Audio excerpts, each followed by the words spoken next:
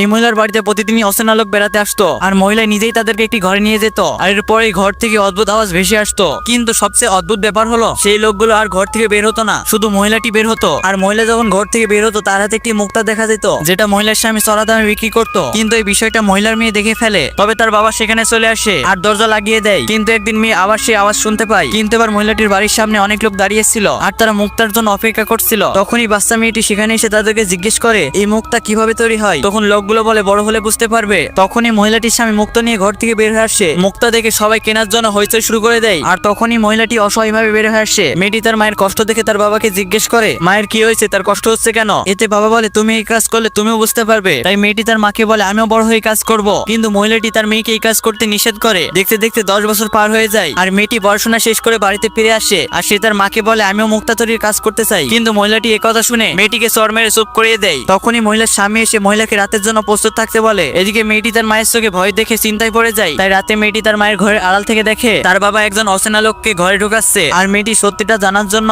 ঘরের জানালার কাছে আসে। কিন্তু মেয়েটি ভুল করে শব্দ করে ফেলে। তখনই মহিলা বুঝতে পেরে জানলা অফ করে দেয় আর মেয়েটি সারা রাত সেখানে অপেক্ষা করে। পরের দিন মেয়েটি দেখে তার মায়ের ঘর থেকে কেউ বের হচ্ছে না। কিন্তু তখনই মেয়েটি লক্ষ্য করে তার বাবা একজন অচেনা নতুন লোককে বাড়িতে নিয়ে এসেছে। আর তখনই মহিলাটি হাঁপাতে হাঁপাতে ঘর থেকে বের হয়ে আসে আর মহিলার স্বামী সেই মুক্তা নিয়ে চলে যায়। এদিকে মেয়েটি তার মায়ের সাথে কথা বলতে এগিয়ে আসে, কিন্তু মহিলাটি তার মেয়েকে ধাক্কা দিয়ে সরিয়ে দরজা আটকে দেয়। তাই মেয়েটি তার বাবাকে সন্দেহ করতে থাকে, তাই তার বাবার পিছু নেই। পরের পার্ট দেখতে ভিডিওতে লাইক করো রে বাবা।